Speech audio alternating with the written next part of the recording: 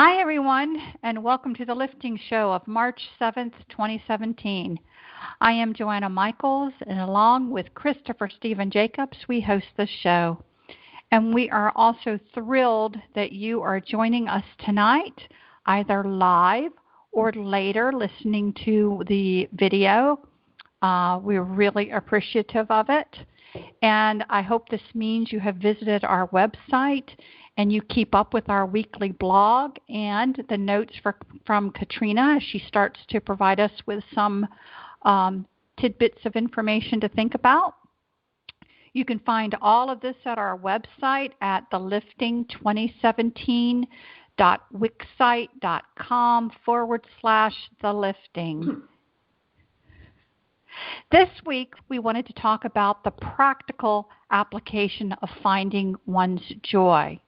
It really is. It's just a little three-letter word, but it actually means so much. And it means so much, as we've been saying week after week, along with the galactics, as far as moving into these new energies. And usually, if you take an honest look at yourself, answering the simple question, what brings joy into your life, is actually not so simple to answer. And why? Well, for most of us, it's because we've been beaten down to just the tasks of surviving life. Joy was or is something you see through your child or grandchild's eyes now, but maybe not so much your own. But this needs to be reversed. You need to find it again. We all need to try and find it and live life more in the moments of joy. So we want to discuss this tonight. So Chris, before we delve into this, how about a blessing? All right, Joanna. This one is from Joyous. Big surprise there. All right. Joyous ones, I must say that this topic honors my people greatly. So, joys, I say to you for this blessing, that I wish for you all to see, feel, and hear joy within your very own lives. Live for the now. Live in joy always. Joyous. All right, I will start off tonight's discussion. All right, here. What brings me joy, you all wonder? Well, what brings me joy is walking down a beach with Joanna here, spending time with family and friends, and doing the work we've set out to do. What brings me joy is setting aside time to create, time to play, time to talk, and time to just be. What brings me joy is traveling, now that I can do so, going to places that I have never been. It brings me joy to know that Winston is no longer in pain. Yes, he passed on recently for everybody. And that my grandmother is where she needs to be as well. Joy is for me finding out that not all is as it seems in this world. Though I was shocked at some of the information I have come across recently, it brings me joy to know the truth about our true galactic history and the true roles of our galactic family, both dark and light.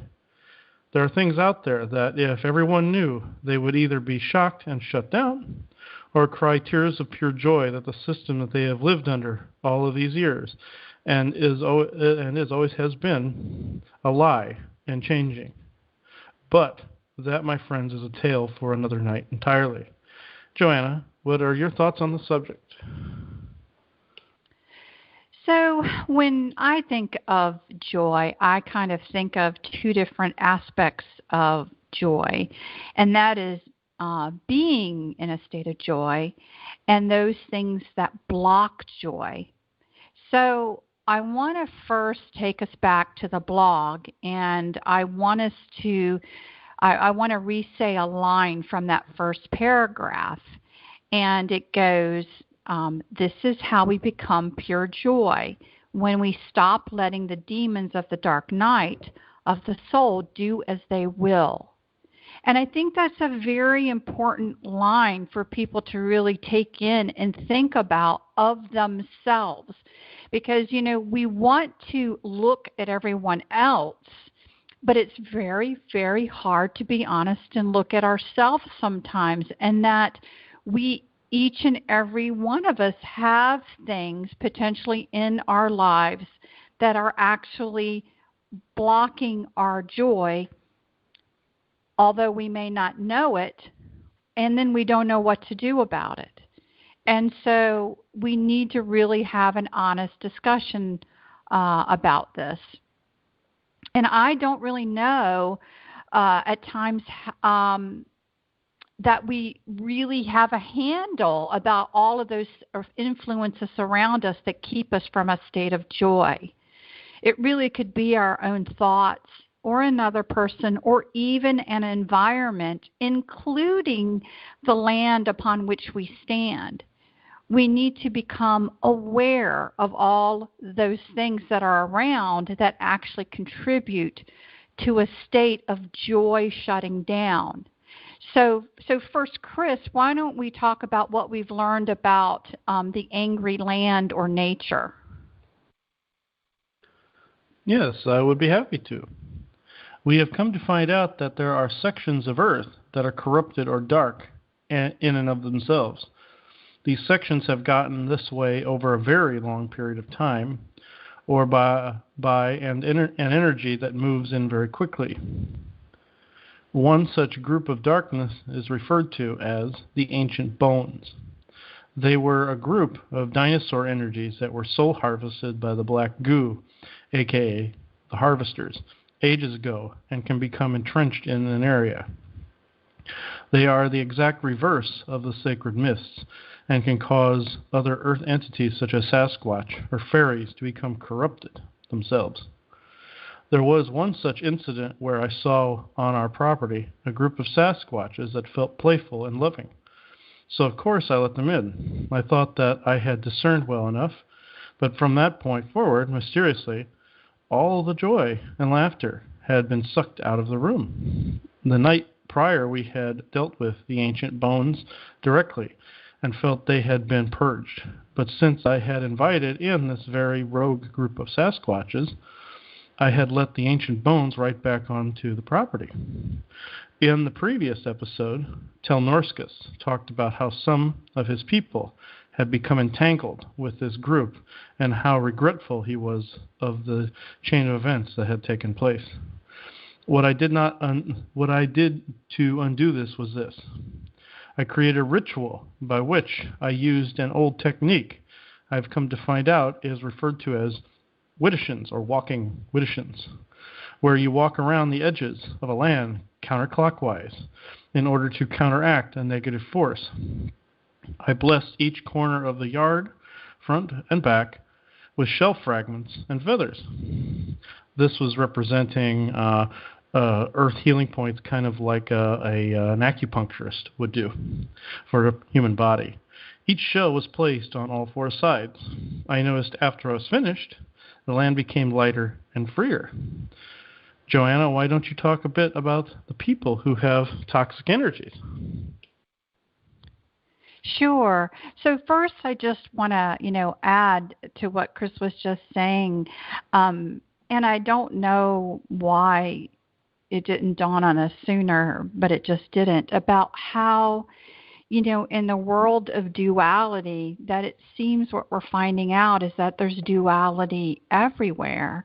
You talk about malevolent forces and benevolent forces, then, you have to, and the fact that, things were corrupted, that many things could be corrupted. And it was a bit naive to take and basically an entire species or group and assume that everyone was bad or everyone was good, that there is, it seems to me, a lot of potential for both in one way or another, whether or not they intended to be bad or they became bad because they became controlled. And that just seems to be playing out more and more. So I only say this because it really goes back to the very beginning, and we always have to go back to the very beginning to say, learn to protect yourself and discern and discern and discern. And again, as we're saying about discern the message, not the messenger, sometimes when you potentially are out there interacting with something new, you really need to do the same thing and listen to what's being said and get a feel for it before you decide whether you're automatically going to trust anything you're interacting with or not. So I just wanted to kind of reiterate some of those basics. But when we talk about toxic energies and people, I kind of have a lot of firsthand experience on this level. You have to think of those people that have the ability to just suck up any joy present, or or any joy that is potentially even brewing to come to the surface, that they can just suck it all up. And sometimes they have the ability to get you so upset and discombobulated that you kind of get sucked into the void of darkness that they are in, and then unknowingly carry it with you in the form of shock or despair or despondency, that you don't realize now you're carrying this kind of black cloud, and it affects the people you come in contact with. Because again, you are in a state of shock and despair, but you are now carrying that energy that really was just tossed upon you from the black cloud of maybe someone else. And I hate to say it, but we have to be honest with ourselves. A lot of these people can be found in your very own family. But to be honest again, who tends to get you in a state of shock, despair, or despondency? Well, it's members of your own family. When why? Because we actually care about them. And it is in our nature. Most of the people listening to this call are listening and trying to find joy and happiness, but they actually genuinely care about other people. And so we try to interact to make things better, or try to interact to bring joy, and try to interact to raise. And we can walk into many different arenas, including our own family, and be unknowingly a part of this. And I have to be, honest. I think most of us have to say that we actually do care what others think. I know everyone says we should not care. You just walk your own path. You don't do this. But come on, that's really not so easy when you've grown up to be, and you are internally a loving, caring person. And it's logical that we should just walk our own path, and thus we shouldn't care because it's our life and our learning path. But to be quite honest, being just a logical being isn't balanced. We also have emotions. So no matter how we all agree to live our own path, we want to get along with, want understanding, and want approval from family and friends that we have decided are important to us. And I think that we have to actually realize that, yes, no matter how much you're told not to care, you actually do care. Is that a fault? Absolutely not. Absolutely not. But you have to actually see it for what it is and just be able to accept it, to be able to now tear down these other pieces of what's going on. So this may be needed separation from toxic energies or toxic people is not as easy to do as we want to think it is. However, now more than ever, the differences in desired paths are going to become more and more evident. You've got the changing in frequencies. And if you're going up in frequency and another one is not, then you are going to notice it more and more. And your joy, your personal joy that you now want to bring out in this new energies may be unable to fully engage until you deal with these now glaring, uncomfortable, and emotional situations where you have to be honest and ask yourself, whose path am I going to follow, mine or theirs? And this is where you have to be truly authentic and know who you are, to know what brings you joy. Or you get stuck in trying to believe in another's joy and then can feel unfulfilled, thinking this must be as good as it gets and just learn to live with it.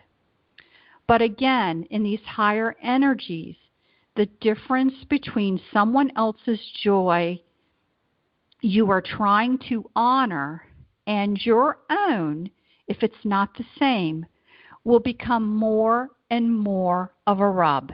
It's what is going to happen. So then we have to address our own thoughts. Why have we stopped giving ourselves permission to be in joy? Oftentimes, we don't even know that we are doing it. And again, watching a lot of news or other shows try to drive what you should be feeling instead of you deciding what you should be feeling. And as you know, what they're trying to drive is not normally joy. We also do still have a bit of herd mentality. And I mean, how can I be in joy when others around me are sad or mad or frustrated or whatever? We do this more than we realize. Think about it. Have there been times when you have had a joyous thought that made you start to bubble in a laugh, only to catch yourself, then you quickly stopped yourself and became appropriately serene because the people around you were? And you were just internally in your own self, feeling whatever, remembering whatever, dreaming whatever, and then you stopped yourself completely. So we do this a lot. So take some time to really sit back and perceive what is going on around you, because besides just bringing forth joy, you need to be aware of those things that can quickly come about to block it. Then, when you know what's going on and you see these patterns, then you can break free of those things that are holding you back.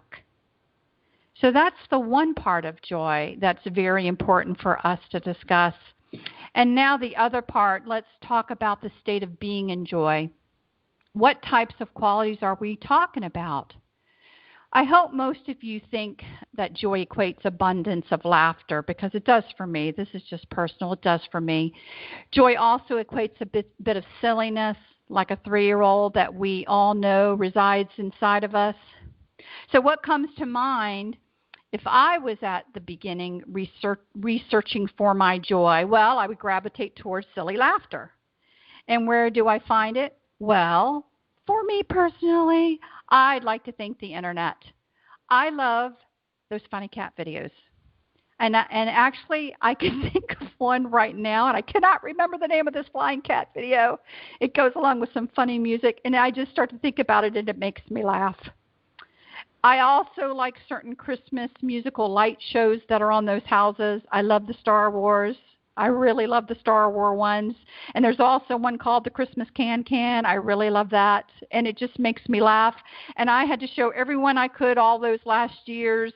And maybe it didn't bring them so much joy, but each time I showed them it, I was still in joy and loved it and didn't mind showing it to 20 people because they always brought me joy. So you have to kind of think of what little things like that you can put yourself into a state of joy where you're just in that silly laughter. And then I also think of joy of a sense of amazement. So I think of those things that get me into that sense of amazement. For me, over the past few years, I discovered how much I actually like nature. Believe it or not, most of my adult life has been indoors, and I forgot about nature, it seemed to me. But I started noticing. I realized I love watching birds, and I love seeing flowers, although some people, especially here out in the country life, would maybe call them weeds, but to me they're flowers. And I like to take walks, admiring all the birds and the flowers. Then, as I progressed, I started to notice the wind and the trees and the sounds. I was like a little girl again. And then the clouds. And then I rediscovered my awe in seeing a seed turn into a plant. And that never gets old for me. So I realized how much I like to garden. And then I like to cook what I've grown and save some of it for later. And I like to share it with others as well. So let me tell you what happened this past summer. I did not know that with my garden I had a group of gnomes that were helping me tend to my garden. I didn't realize this until Chris brought this to my attention later on in the year. But I started getting items that out of my garden that were unique, to say the least. In fact, one could say that my garden was getting a little fresh with me. I cannot tell you the amount of joy that I would bring into my office showing these vegetables that came from my garden. It became known as the adult produce store.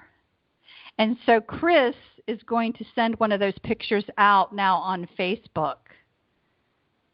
And so and then for those listening to this in video, you're going to see this now pop up in video.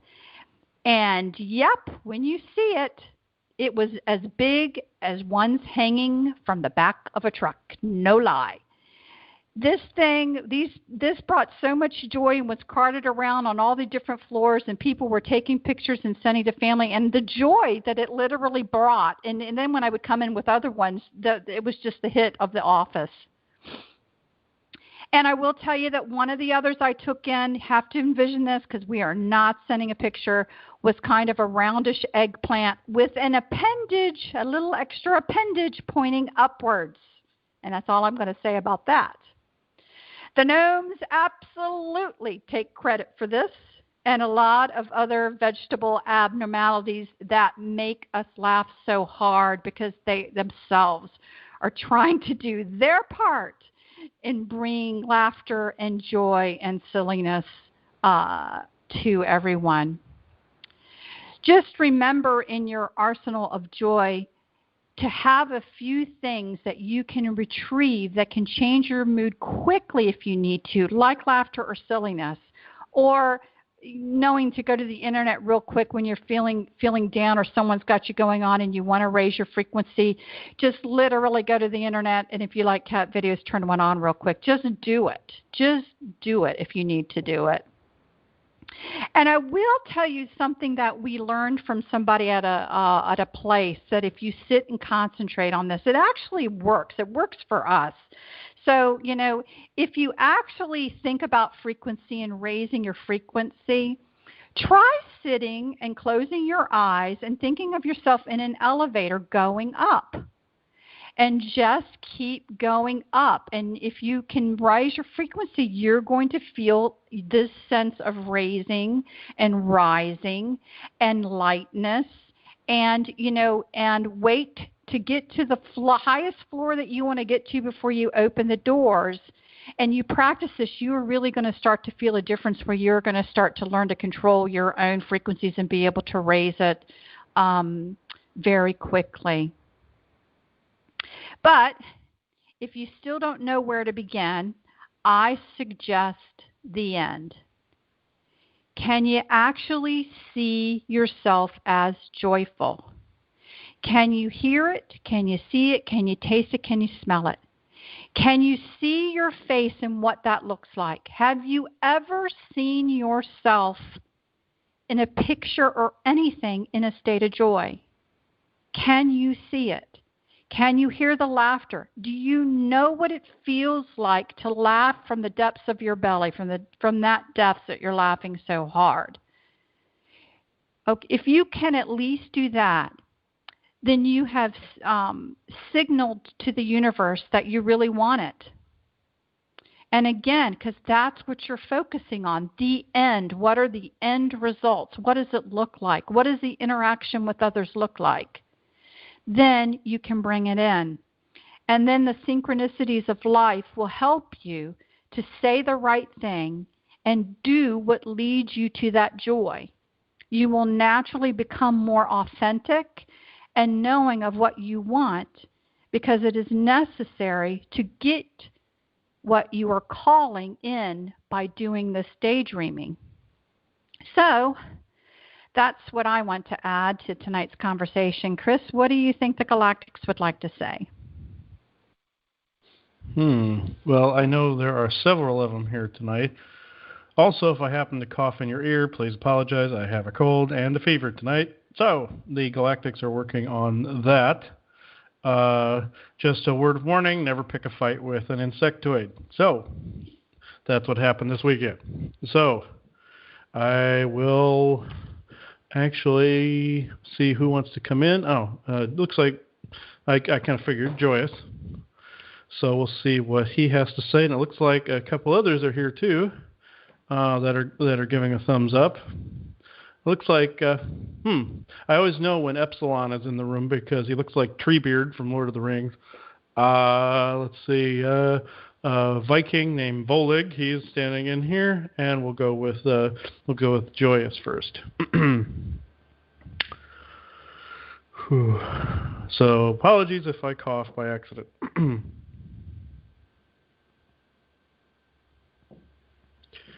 Yes, joyful ones. This is Joyous. My name of my people, the Ligurian people, were also called the joyful ones or the joyous ones for a reason. We are always happy, or so it seems to others, yet we are actually more balanced in our life. We have recognized the darkness, and we have recognized it through our own very bits of oppression ourselves.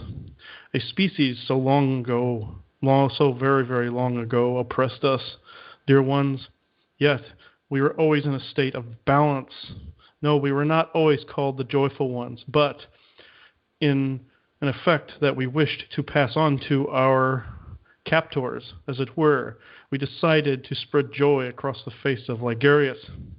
In this particular instance, the militaristic force that came to our world in anger and in hatred started to buckle.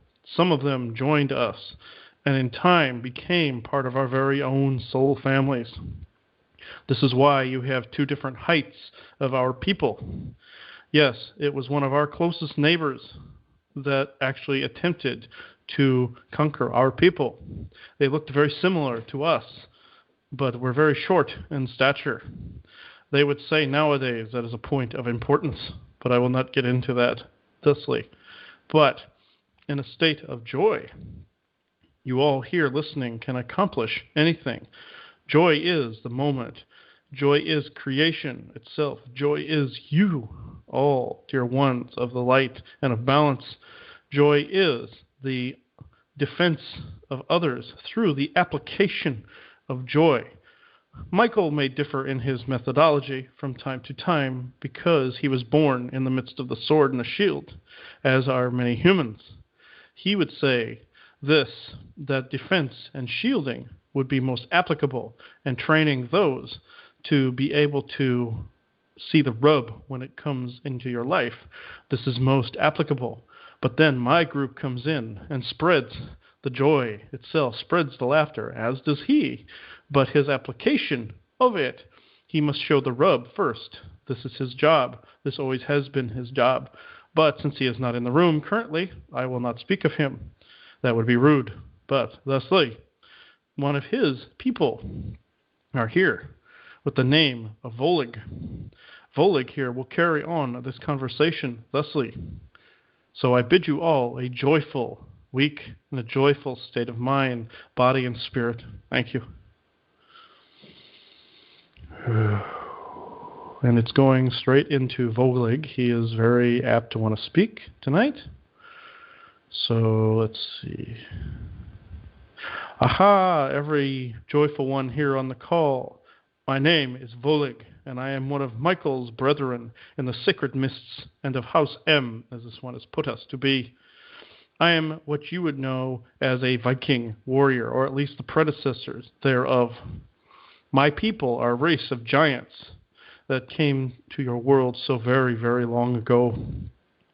Our stature is quite tall, approximately 8 feet and above, and we walked your earth in some of the primordial times, and some of the worst times, and some of the best times in your evolution. We walked amongst you, and broke bread with you, and sat and spoke to you on every subject, and at every point in history. We sat, and we ate and drank. We clicked our glasses together, even though we were of different heights, and of different evolutionary paths slightly. We still broke bread together. My message to you, other than that, is this. When situations come awry, that people are not in their most joyous mood and most jubilant mood, including those of your own family members, know this, that their path is just as sacred and just as honored as your own, even if some people miss the boat, as some humans will put it, into a different density. This does not mean that you will not one day see them again in a different paradigm altogether. I will not go into that subject further. Just know that there is no such thing as death in your world. There is no such thing as a place of eternal rest. There is, however, family, soul family, and otherwise. Thank you.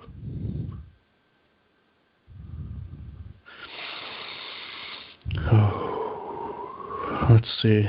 Let's see who else is here. Okay. That would be Epsilon. All right. Let's see what he has to say. Give him a second. Aha! Joyful ones this evening. My name is Epsilon, and I am the base and the sight of nature. I am not the judgment, as some people have thought that I was in nature. No, no, no. I am that which governs nature. I am that essence, that division of source, as some have put it. I am Epsilon, or the elemental code. I watch over all things natural and all things not so natural, such as some of your chemicals and toxins that are in your air, the airs you breathe. However, it is my job to make sure this air is filtered properly. Know this, joyful ones, in the days and weeks and years to come, and the decades to come, and the centuries to come, your planet is going to undergo a massive metamorphosis and become tropical by nature in the not-so-distant future. This is an event that is a fact, is set in stone. This is something that you cannot change. But I will say this fact will come about, not at a price, dear ones, but bring about more joy than your species has ever known what to do with in your entire race's history. This world, the world of magic and the world of nature and the world of happiness and joy, is at your own fingertips, dear ones. The reason the polar ice caps melt is not because of some fictional global warming. No, no, no, no, no. I would know of such. The Agarthan network is at work here, dear ones. Just know that their due diligence will pay off. Your world will no longer understand the joys of snow and ice after a while. No, no. Your world will become tropical, and different plants and trees and animals will once again walk the surface of the earth. However, the earth will be much larger after this metamorphosis has taken place, dear ones. Yes, the earth mother herself is undergoing a change. And what I wish to say briefly about Mother Earth is this. She does not need your help, dear ones, nor has she ever needed your help. You need her help, dear ones. You need her help to show you the states of joy that she can be in, even in the worst of times, dear ones. She does not need your energy. She does not need your compliance or your complacency. She needs your joyfulness, needs your cooperation, and she does not need you to offer anything of yourself to her. Everything is already won, dear ones. Why would you then step in and offer anything of yourselves to a deity or any other form of God, as it were? She stands with us all now and speaks with us all now, even through myself. She is much too brash of an entity at the moment for this one to channel accurately enough. So I will say this on behalf of your Earth Mother Gaia. Please worry not. She is in not too much trouble, as it were. She is, in fact, as she is supposed to be at this current moment in time. Do not worry at all, dear ones. You are in the place that you are supposed to be. You are in the life that you are supposed to be. So therefore, do not give of your own energy, but keep that energy to you and your service to your own self. Therefore, you will be more apt to be more service to others when you keep your own core intact and discern most, as you say, accurately about some of the dangers that lurk in the shadows, taking joy away from people at any given time. This is what I wish to come say on behalf of Mother Gaia. Blessings to all of you this night. Thank you.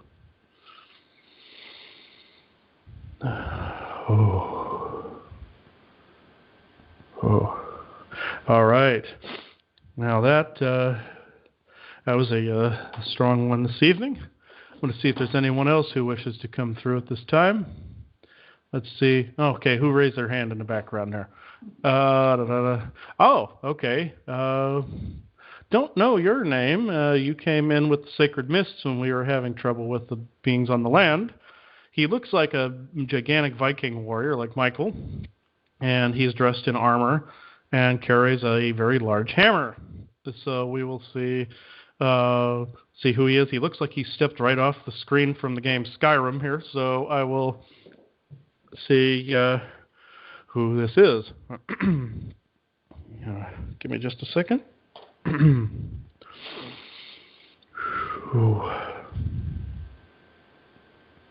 Aha, dear ones, I am known as the grandfather to many. No, I am not Odin, or the supposed All-Father. No, no, no, no. I am beyond this at the current state and time. I am known as his father. I am known as not the All-Father of civilizations. No, I have become part of the sacred mists that dearest M has bestowed upon the world. I am a guard most times within the sacred mists, yet I am one that is close to its founder, one by the name of Mitros, who is undergoing an audit of his own. My name is Volstagg, and I am the one, the warrior essence of House M, along with my grandson, Michael, the one you know of as the Archangel thereof. I guided him along with my son, Odin, the one you call All-Father, throughout history. They, in turn, created the history that you know them to have. I have come through this night to state that I have been in a state of joy since my conception from Source. I do have parents just like you, so don't think that I just materialized out of thin air. That honor is reserved for dear Dagmar. He is a friend of mine who will be present on future shows. He is a molecular, cellular, solid being that can pass between matter and energy. He is a predecessor to myself, but I will not go into that currently. I, myself, Volstagg, come in to give this message of joy. I raise a glass of whatever you wish to all of you this night, and drink it, though my species, known as your Viking race, do this on a regular basis. My people have been led astray throughout history because they forgot the concept of joy. They became enamored with a fake one you call Krakanos, but he has since become part of the light, so I will not, as you say, bash him further. My son then came into the picture and attempted to restore joy to the world. Then my grandson, Michael, attempted to do so. These ended in different variations of your world. What I mean is this: many multiple timelines are askew in this world because of the foresight that I, myself, did not have. Yes, dear ones, I am just as mortal in some instances as yourself, though I live much longer. I forgot for a time, as did my son and grandson, the value of joy. We all went on our separate paths, and we went and hunted our, as you would say, nemeses across history. Yes, dear ones, I too am in history. but in a much more finite fashion than my son and grandson thusly are. However, I will say this. Look to your Sumerian history, your Egyptian history, and your Greek mythological history, along with your Norse history. I am in all four of those, dear ones. I am shown as the one that knows only joy. This is what I came to say this evening. You will have to dig for that information, I'm afraid. I cannot tell you everything, dear ones. I can just say that I brought joy and light to this world. I am not bragging, but I am saying what part of my job was when I passed from a great sun, a star that came from a distant timeline, into the fabric of your universe. This was bestowed upon me by my parents. This is something that will remain a mystery thusly for humanity, because I wish for joy to become a part of your lives before I reveal that history of what was just spoken. Thank you. Whew. All right. Oh. Okay. This is, okay, it looks like they are now giving me the thumbs up, meaning we can go to questions from the listeners this evening. So, the lines are now open. So if you go and dial *6, and thereafter, when prompted, dial 1, you will be put in the Q&A queue.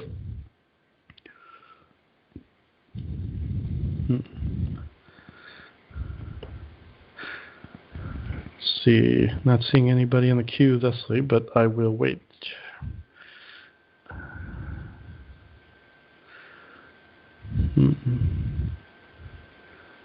All right. I see a person in the queue with the ending phone number of 7639. Welcome to the lifting. What's your question? Thank you very much, and I apologize. I had 2 teeth pulled today, so I'm going to sound a little strange. All right. But if you remain in joy, even though others, whether they be friends, whether they be family, whether they be co-workers, are in the darkness, can your joy change them and have them, even unknowingly, become joy too? Yes, I believe that is possible. It's a concept they call timeline jumping, where they go from a lower density timeline into a higher density timeline. I've seen this actually happen with people before, but it doesn't always happen if it is their path to still walk in the third density energies. If they're meant to be that rub, they'll remain that way. It's not like someone can't change their path, but if they're meant to stay in that area, they'll stay in that area. But yes, it is possible to actually send joy and light to these people and have them change. I have seen it happen. And And I'd just like to add that basically you have to also remember, just you staying at a joyful energy, it potentially is going to have effect on people around you that you don't even know about, and just interaction or being in a Walmart or something that there really is that tapestry of energies. And so it's not just who you may be affecting, but there's probably as many or many more that you could be affecting and not know it. And that's another reason trying to stay in and be balanced, but also to have as much joy as you can for what you don't know you're affecting. Thank you. Yes, thank you. All right. It looks like we have one more person in the queue. So it looks like it's going to be a short one tonight if no one else can ask questions. So we have one more person here in the queue with a phone number ending in 4438. Welcome to the lifting. What's your question? Hi, Chris and Joanna. This is Candy. Hello. Hello, Candy. I really appreciate you folks, giving examples of how you experience joy and find joy. and just like in the Diamond Network, sometimes we do the laughing exercise, and so it's just great what you're doing. Today, we need to share sharing examples of joy. I sometimes struggle at starting the fire in my fireplace, but today I was determined to try it again and that it would be fine. And so I had a lot of joy in successfully and rather easily starting the fire in the fireplace and just sitting by the warm fire and experiencing some quiet joy. A question, I don't know. Oh. So Candy, can you think of some other examples that work for you? I think it's real important for us to share these things. Oh, great. Yes. Well, I was interested that when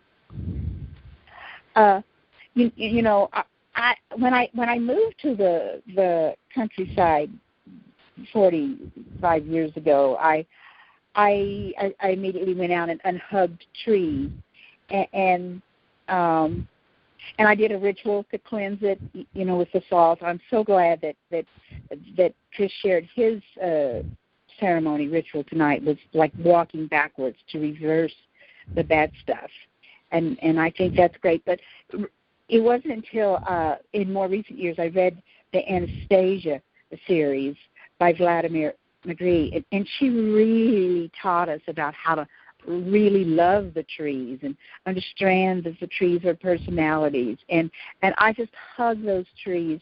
I have my special hugging tree, and I just set the intention that my hug with that tree goes out to the other, couple of hundred trees on my place. And so, like you said, Joanna, tonight about loving the flowers and watching the birds. And taking walks and enjoying nature. It's just wonderful, joyous. Yeah, and I think it's real important, when people are just starting out, because really I think what's happened is that everyone really did get focused in everyone else's joy. Like you couldn't feel it, but you saw it in your children. And then you would become joyful seeing it in your children or your grandchildren. But what if they're not around? You were becoming dependent on them to bring joy in. So everyone's got to start to again, it's a huge ball of yarn to start to unravel. But if you just don't know where to start, you'll want to start someplace that's free, doesn't cost you anything.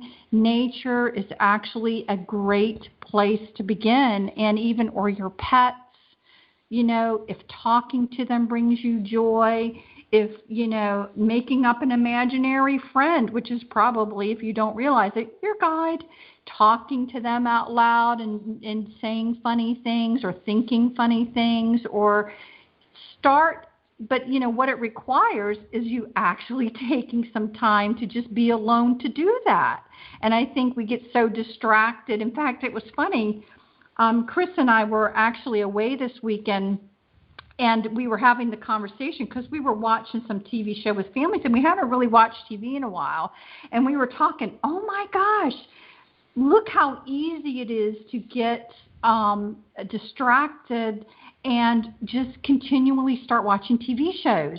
And then by the end of the evening or whatever, you've done that, but you've done nothing to look inside yourself or to think or to do whatever. And it's really, really easy to get distracted. So one of the other things I would say is, so fine. A lot of people are like, I can't have no noise. I can't have music. I can't have the TV. I can't have it, whatever. And I'm like, well, that's fine. Let it all play. But try to go somewhere and just even spend 5 minutes not trying to engage in other things. And you have to slowly kind of disengage from other things and re-engage into yourself. And it's a slow process. I know everybody wants this instantaneous poof, we're in joy, but you've got to work at it, and you got to untangle yourself from distractions. You got to untangle yourself from things that are blocking it for you, and then you have to learn to recreate something that we naturally knew as children. Absolutely, yes. My reminds me. My mother grew up on the farm in the days when it was hard, and she was anxious to get away from the farm, and she loved her flowers, but there was so much, and she didn't encourage me and my brother to climb trees, make mud pies, just lay down in the grass and watch the worms. But all those things I encouraged my children 30 years ago to do, and they still. When Amber's walking around the farm, she'll point out and says, "Well, that's where I made my mud pies." That's good. That's very cool. Yeah, that's very good, Candy.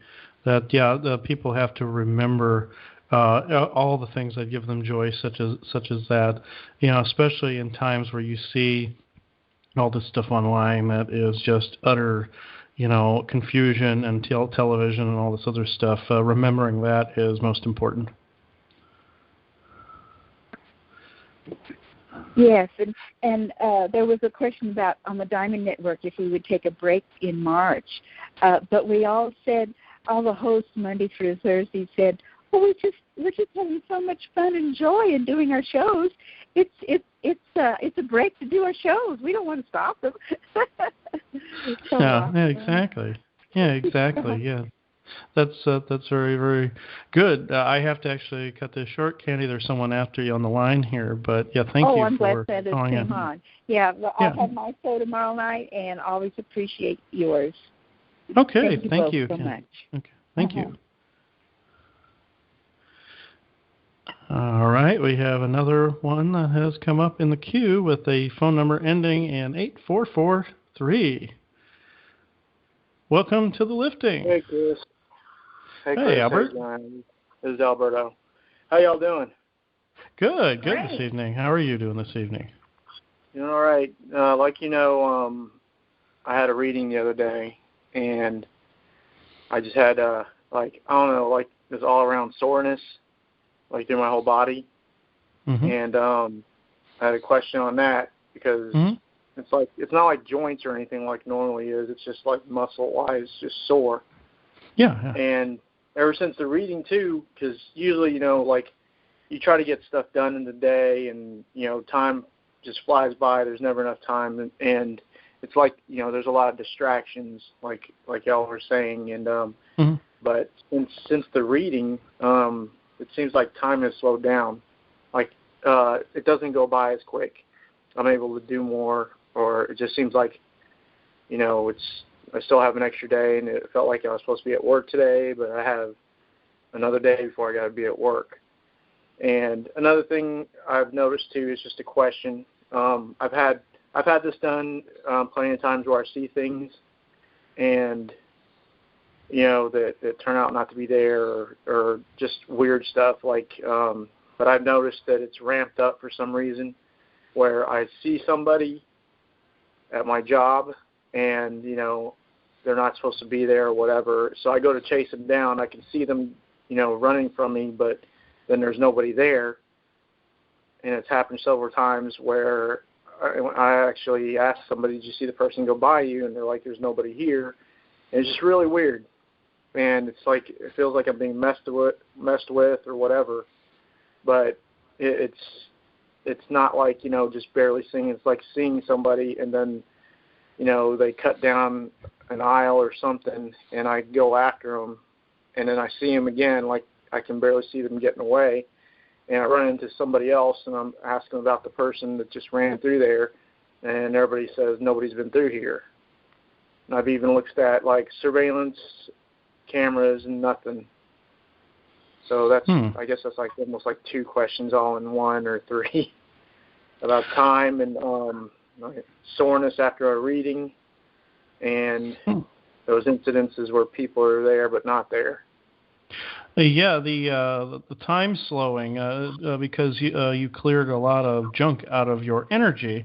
You saw time more in the moment, and you were able to appreciate it more in the moment. People tend to move too quickly during their day, they tend to not be as patient or as observant of the moment. They're always looking ahead. But clearing some of that junk out allowed you to be more in the moment and then be surprised when you still had a day off afterwards. I've actually had the same thing happen where it's like, oh, there's an extra day in here. I've actually had this happen. So yeah, you clearing out all that junk that was giving you a majority of your pain was cleared out, and the pain after a read. The reaction that the nerves and the muscles have to, say, implants being removed, energy or otherwise, it can hurt. When I removed my own implants and my mother's implants and attachments, we both hurt for a little while. It wasn't the same hurt while they were there, mind you. It was a little different. Like it was more of a healing hurt, like if you have a wound that is healing. Yeah. Can I add? Yep. So let me tell you, Alberto, what actually happened to me. And again, it doesn't happen to everybody, but depending what's going on. So when Chris and I years ago first spoke, and he had done a clearing with me, he did it, and then the guys were like, you know what, this is pretty bad, we got to take over. And I actually, had a dream where I was the person laying filleted out on a table, and I was kind of watching people doing back surgery on me, and it was the guys. But anyway, my point is, even though right during the read or whatever, I felt lighter, I felt things had gone on, what happened the next day and for almost the next week is I felt like I had just had serious back surgery. And I was recovering like a patient would be recovering, and I couldn't believe it. In fact, I kept emailing Chris going, what the hell did you just do to me type thing, because I didn't expect it, and I was kind of, shocked by it all. But I can tell you again that sometimes if there's a lot there, literally you have to think of it as it's almost like a surgical procedure, and then your body and your cells are going to have to heal from it.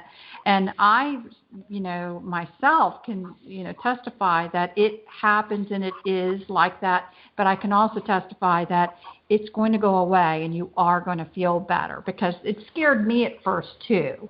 And I was given my daily or every couple days, update to Chris, and a little bit perturbed, honestly, in the beginning of it all, because I didn't understand and I didn't expect it. But I do know now that, I think you do this. You tell people that maybe, surprisingly, you may feel a little discomfort or whatever afterwards, but I can guarantee you it is going to go away. Think of yourself as a recovering surgical patient. Yeah. It feels like deep muscle tissue. It's sore. Oh yes, I have that. Because it used to be like in the joints and my nerves, but it's like deep tissue. Like I have to stretch and stuff. Like I've been stretching, it just feels like a real sore muscles, like I had a workout or something. Essentially, you did. It was just like coming out of a surgery, like she said. I had a dream one time where the spirit doctors actually removed an attachment from my back, and they actually, in the dream sequence, they made my body totally limp, and they cut my back open and pulled it out and put it back together. I felt horrible the next day, and then afterwards I recovered. They said it's an after effect. It's a very normal after effect. Some people it takes longer to clear out, like anybody that would go to a hospital. And some people it's immediate. Some people heal quicker than others. But yeah, your last question about the people that you chase down that aren't there, I know for a fact, dealing in the paranormal, I deal with ghosts a lot too. And there are ghosts, and then there are some of these ET beings that like to make people think that they are ghosts, and they're around just to mess with you too. And then there's residual things where they're always in the same motion over and over again. But since these were interactive, they fall. I feel, and my guides are concurring with this, that they fall under. Some of them seem to fall under the Agarthan. They're translating it. They're saying Agarthan holographic technology, and then some are actual ghosts. Yeah, they're telling me some are ghosts, and the Garthans are trying to bring something to your attention by showing you some kind of energy that was saved, or like a data chip in that area. You know, the Earth holds a lot of information, like in the crystal grid. So I feel that they are trying to get your attention, and other beings are some of the more negative ones try to mess with you by distracting you during your job as well. Like if some unruly people become involved or something like that. But then that was meant. Some of it is meant for you, the good ones, or at least not the hostile ones, I should say, are meant more for a learning experience, so that you acknowledge that you're not crazy. You're actually seeing something that passed your eye. Your guides actually just a moment ago wanted you to know that. So yeah, because it's just strange, because some of the ones that I've seen before, they're like a blur, but here lately the ones I've been seeing, they're clear as day, but like I said, there's nobody there. Mm-hmm. Oh yeah, I've experienced that quite a bit. Where it's usually out of the peripheral vision, but every now and then you get kind of blessed with a solid form like that, to where you fully interact with it. And some people can see certain frequencies that others cannot. And those people that you questioned said who was running down here, and they didn't see the person. They were operating or seeing things in a totally different frequency, and they would not have seen that. And what's weird about it is I hear people having a conversation before I see these things. I hear like people talking, and there's nobody around, but it's like I hear like a conversation going on, then I see this, and then they're gone. And it's happened before, but like I said, it's like, like having a conversation, like more than one person talking, and there's nobody there. And then I've actually had a few of the people say they've heard it too. Mm-hmm. Oh, yeah, different people will hear these different frequencies. I used to lay in bed at night in Lincoln, Nebraska, and in the middle of the night I would hear people sitting in the living room having a conversation. I actually had to yell to them to tell them to tone it down. They were that loud.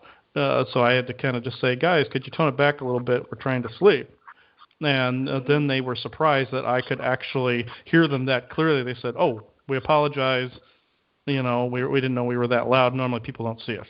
So, Alberto, you're bringing up something that I actually think is good to bring up to everyone, and that is the fact that, as people develop their skills, you want to think it's incremental, like, you can see, from point A to D in our current reality, and then you're going to see into E, and then you're going to see into F and to G.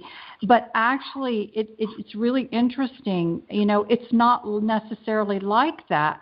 People can grasp and see into all kinds of different frequencies, and it's not sequential. And so what's really, really been interesting that we've been, talking about and seeing, because for me, I was naive, and I look at Chris, and I think, oh, Chris can see all of this. I can't wait to see what he sees. And then all of a sudden, we may be doing something, and I'm seeing things that he's not, and then he can find his way to where I am. And it made me realize, oh, it's not sequential. And so even in captures of film and looking at things, let's say someone captured a piece of film and they're like, I see the following. I see this ghost, or I see this face, or I see this whatever. And you could turn around and look at the same picture and you don't see what they see, but you see something over here or something over there. Film can capture all kinds of things, and it depends on what you are seeing. And again, and there's no sequential order. So, I get really nervous, and we were talking about this earlier. We get really nervous when people are even sending out pictures or whatever, unless it's so blatantly clear. But they could be saying, well, I see this, and then people could be saying, well, I don't, so thus you don't know what you're talking about. But it may be that they can really see it and you can't, but that part, or it could be the opposite. You don't see it, but you see something over there. What everyone has to be open to and understand is there's so many different frequencies, and it depends on what you can see into, and it's not sequential. And so we need to be kind to one another and just learn to develop our skills, and don't necessarily poo-poo other people with what they're saying, and you could be doing and seeing something totally different, and it's all okay. Yeah. Sometimes it can get pretty weird. I had a photograph of a skull sitting on a TV stand, and it's actually in my book, From the Fall to the Lifting. I've handed my book to people and showed them this exact printout, and some can see it, some cannot, even in a photograph. And to me, it's as clear as day. Just like what your experience was, as clear as day. But the person that you questioned about it, they had no clue what the heck you were talking about. So that's how it is with most people. They run the gambit. Mhm. I have been with people before where I see something, and you know how you look around to see if anybody else saw it, because you're like, okay, was I imagining it? Mm-hmm. And then you look at the person, and they're looking at the same thing, but they're, you know what I mean? They're like, you know what I mean? Avoid it. Like, mm-hmm. And then when I ask them, then they tell me they did. But you can tell by looking at them that they saw something, but they don't want to see anything because they're afraid what someone's going to think about them. Mm-hmm. Oh, I've run into that a lot. I used to be one of those people quite a long time ago.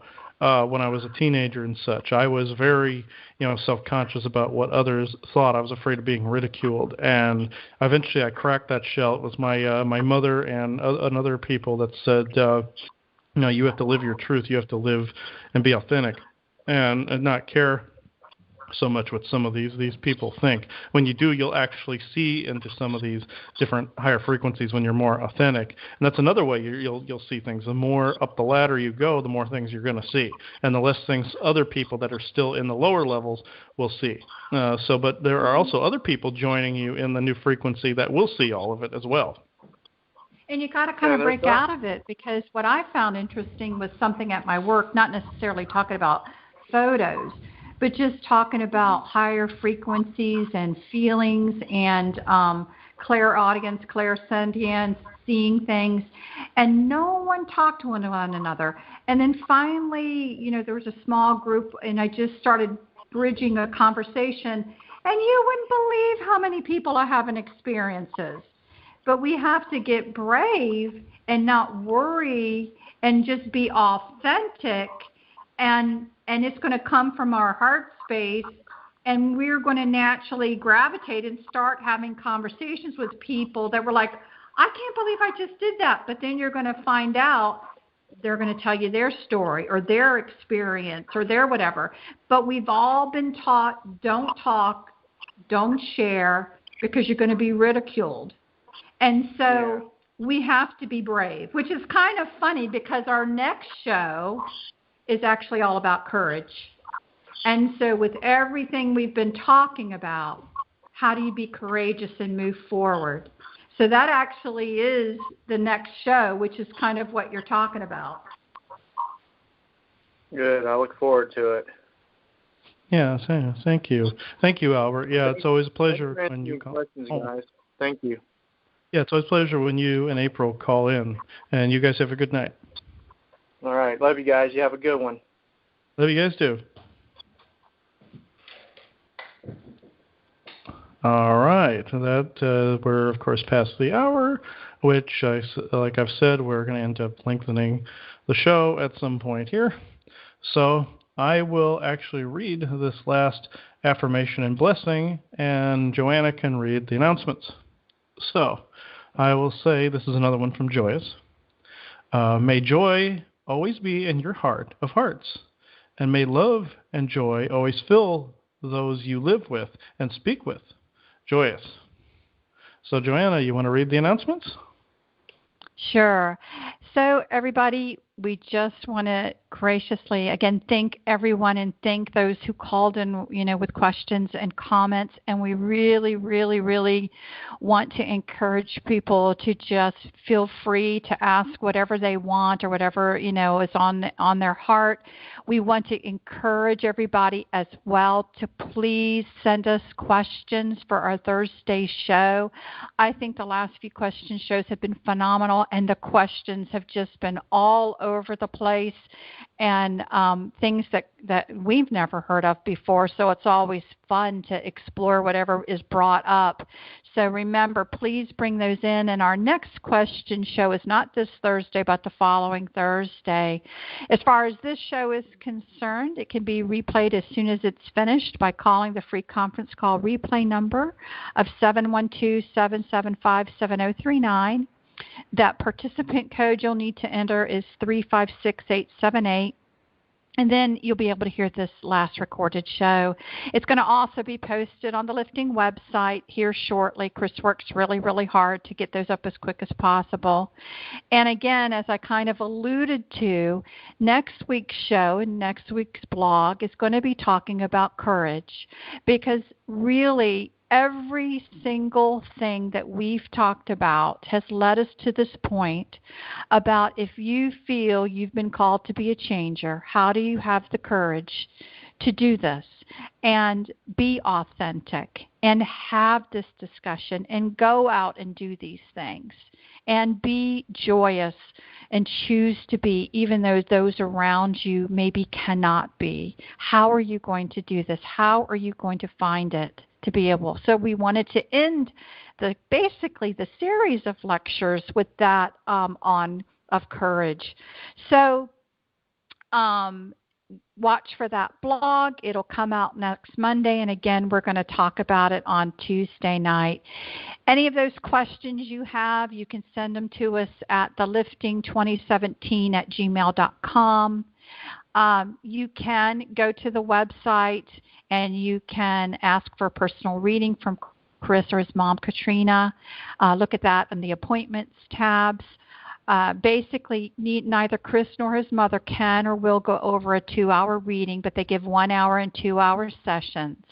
And again, we want to thank you, and we will see you guys next week, March 14th, for our next Tuesday show. Take care, everybody. Good night, everybody.